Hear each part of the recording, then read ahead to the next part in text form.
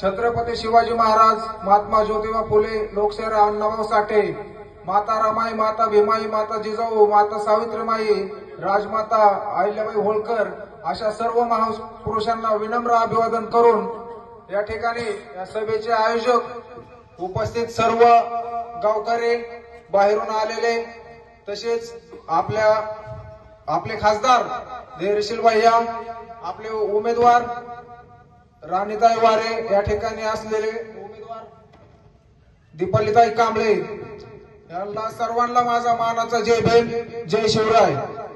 बंधूंनो, आपण बघत असाल की आता सांगितलं भाऊंनी की कशा प्रकारची मदत संतोषभाई वारे यांनी आपल्या तालुक्यात केलेली आहे. कोरोनाच्या काळातली सांगितले, लॉकडाऊनच्या काळात पण सांगितले.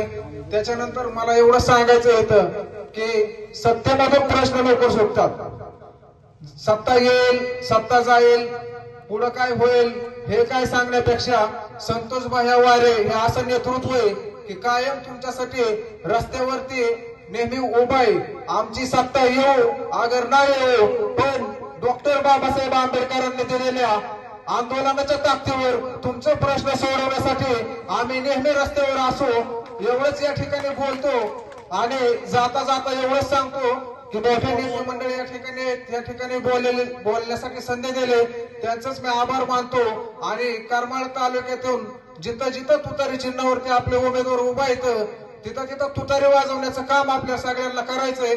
आणि प्रचंड बहुमताने राणीताई वारे आणि आपल्या तुतारीवरचे जेवढे काही उमेदवार आहेत तेवढे निवडून आणण्याचे सर्वांनी जबाबदारी घ्यायची.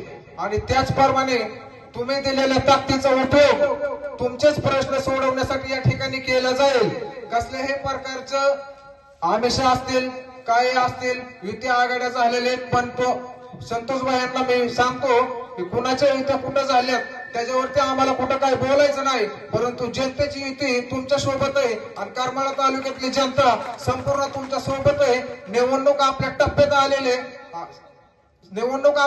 आलेले कार्यक्रम पूर्ण लागलेला आहे. सगळ्यांनी पोलिंग एजंट असतील आपले, त्यांनी सगळ्यांनी आपल्या आपल्या बूथवरती लक्ष द्यायचंय. एवढंच या ठिकाणी बोलतो, थांबतो. काय चुकीचा शब्द गेला असेल तर माफी असावे. जय भीम, जय शिवराय. धन्यवाद. या ठिकाणी पांडे